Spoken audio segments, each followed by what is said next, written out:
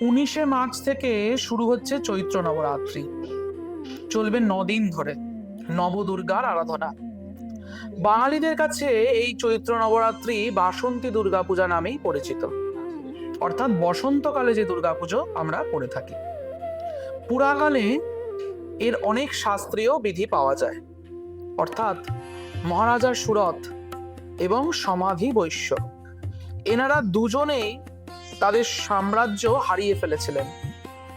তো এনারা কি করলেন, মহামায়া আদি শক্তির শরণে গেলেন এবং দেবী চণ্ডীর আশীর্বাদে এনারা কিন্তু আবার তাদের সাম্রাজ্য ফিরে পেয়েছিলেন। তো এই বাসন্তী মানে বসন্তকালের যে নবরাত্রি উৎসব, এই উৎসব যারা পালন করবেন তারা দুটি পদ্ধতিতে পালন করতে পারেন।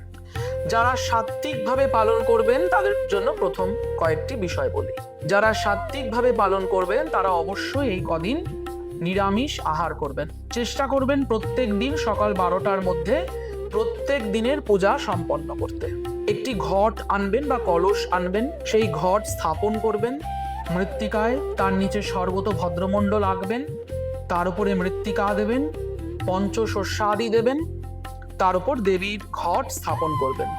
পূর্ণ পাত্র দিয়ে দ্বিবস্ত্র অর্পণ করে মায়ের ঘট স্থাপন করবেন।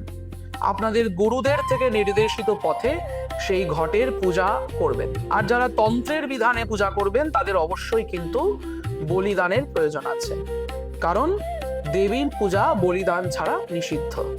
এবার বেশ কিছু পরম্পরায় এই পূজায় অনেক বিধি নিষেধ থাকে, সেটা তাদের নিজ নিজ গুরুই বলবেন। এই সময় পুনশ্চরণ সব থেকে বেশি করতে হবে যারা তন্ত্রে অভিষিক্ত।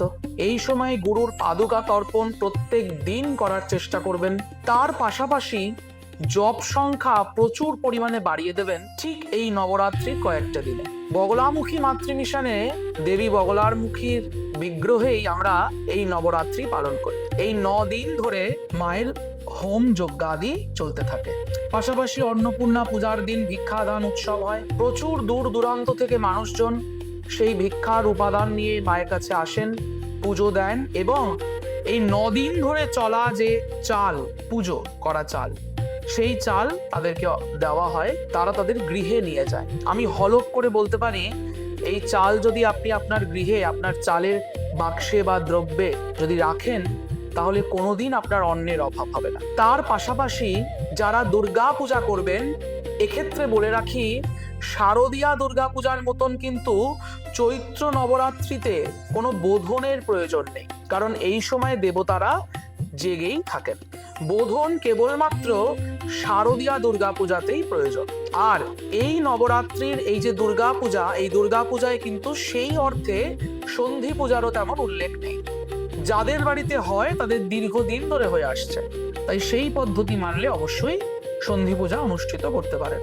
তবে যেহেতু দুর্গা পূজা করছেন তাই বলিদান কিন্তু অবশ্যই দিতে হবে। বলি ভিন্ন দুর্গা পূজা সম্পূর্ণ নয়। ষষ্ঠী থেকে দশমী অবধি মায়ের যে বিশেষ বিশেষ উপাচারে পুজো আছে, যারা দুর্গা পূজা করবেন তারা সেইভাবেই করবেন।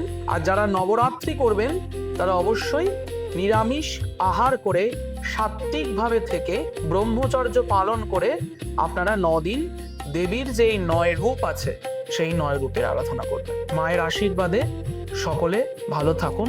এই নবরাত্রি মায়ের কৃপা পান।